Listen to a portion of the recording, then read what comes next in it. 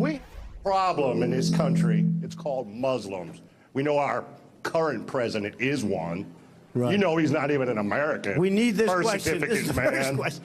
But anyway, we have training camps growing where they want to kill us.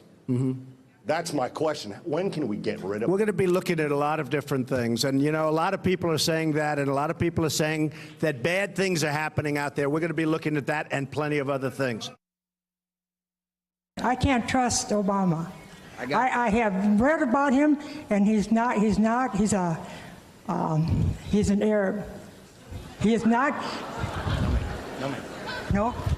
No, ma'am. He's a decent family man, citizen that I just happen to have disagreements with on fundamental issues, and that's what this campaign is all about. He's not. Thank you.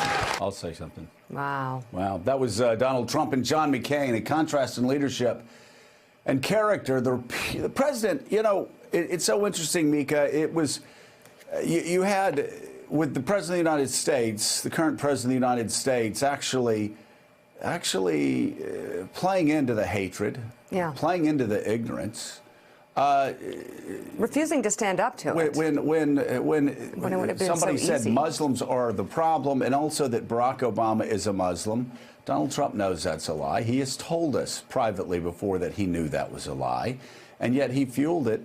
And then there's John McCain, who actually shows character, and that's really, boy, what a revelation of two characters in two short clips. And again, maybe that's why the president repeatedly attacked John McCain's memory over the weekend. 46 years after that American hero was released from a North Vietnamese prison camp, now a monument that Trump avoided during last week's trip to Hanoi. And, you know, he hates him, Mika, and he hates him because John McCain proved his character every day.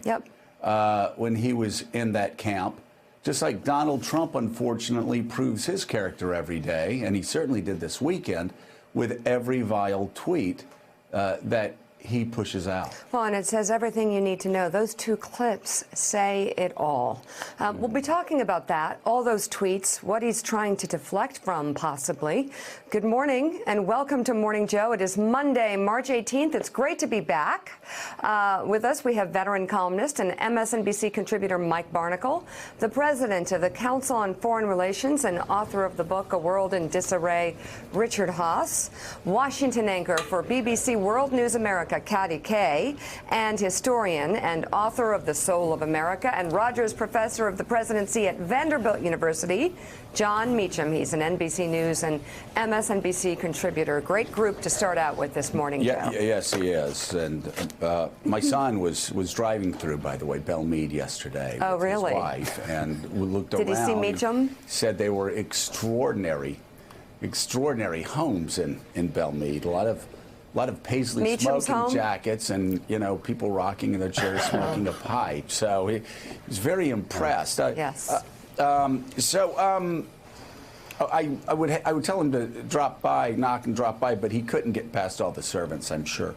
But Mike Barnicle, Jonathan Lemire, and I were in Fort Myers yesterday. They were looking for you. This weekend, watching the Red Sox at JetBlue Field, and we didn't see you. You missed a great game. The Red Sox came back. They won, and as Lemire and I left, thinking about all the great new talent we saw, we said to each other, this is a team that we surely can slip ahead of the Orioles and maybe finish in fourth this year. We're very excited about the Red Sox. Yeah, I'm very optimistic that they'll beat out the Orioles in terms of placement in the American League East, Joe. Nothing to worry about there. I'm glad you had a good time. Fort Myers is always fun. JetBlue Park is always fun. But, you know, I have to interject this based upon the opening of the show. I think one of the classic tweets of this weekend was from Bill Kristol, who urged the Republican Party, members of the Republican Party, to look at all of the president's tweets yesterday. Don't avert your eyes, he said. Don't avert your eyes. Look at the tweets and then ask yourself, is this the man you want representing the Republican Party? Joe, as you pointed out, it was horrendous. Horrendous. Yeah. You know, I have always made it, Mika, always made it my goal in politics to never take any attacks personally, and I rarely do. I forget them You've gotten really good at that. as quickly as possible. But there is an exception in my political career where I didn't immediately turn the other cheek and say, okay, no problem, let's move forward. And that was when a certain powerful person attacked a friend of mine who had recently died. And attacked that person in such a vile way, besmirching his memory for his own political gain, that I did hold that against this person and saw this as a failure of character. And no, I did not forgive him for 10, 20 years. I sit here reading every one of these tweets, and I wonder what type of friend Lindsey Graham is, and wonder what people around Lindsey Graham think about a guy who would sit and watch Donald Trump, a man that Lindsey Graham now worships and now kowtows to, bows to every single day, it seems. That somebody that was like a father to Lindsey Graham is attacked as harshly and in small, just small, miserable ways. And yet Lindsey Graham does not strike back at the president to defend his old friend. It's incredible. You talk about character being something that you do when nobody's looking. Well, character is also something that you do when everybody's looking.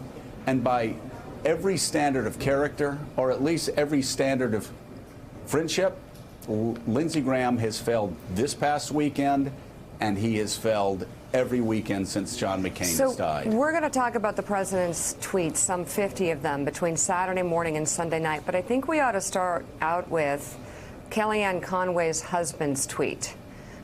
George Conway, exactly. Great constitutional To give sort of an overarching attorney. Context, what exactly did he say, Joe, in his tweet? Because it kind of helps you go through these, because they're simple. disturbing. He just says the president is getting worse, and you know, again, if you're a constitutional lawyer who happens to be married to somebody who's one of the president's closest aides, you wouldn't say that if you hadn't heard that and hadn't seen it. The president is getting worse, and you know, people don't like us talking about it on the air, so we'll talk about it on the air.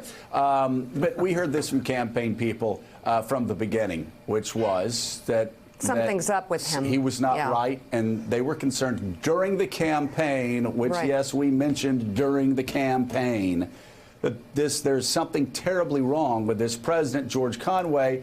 Of course, not only a great constitutional scholar, but also the spouse of one of the president's closest aides, Mika, saying the president's getting worse. One who's lasted the longest. Thanks for checking out MSNBC on YouTube, and make sure you subscribe to stay up to date on the day's biggest stories. And you can click on any of the videos around us to watch more from Morning Joe and MSNBC. Thanks so much for watching.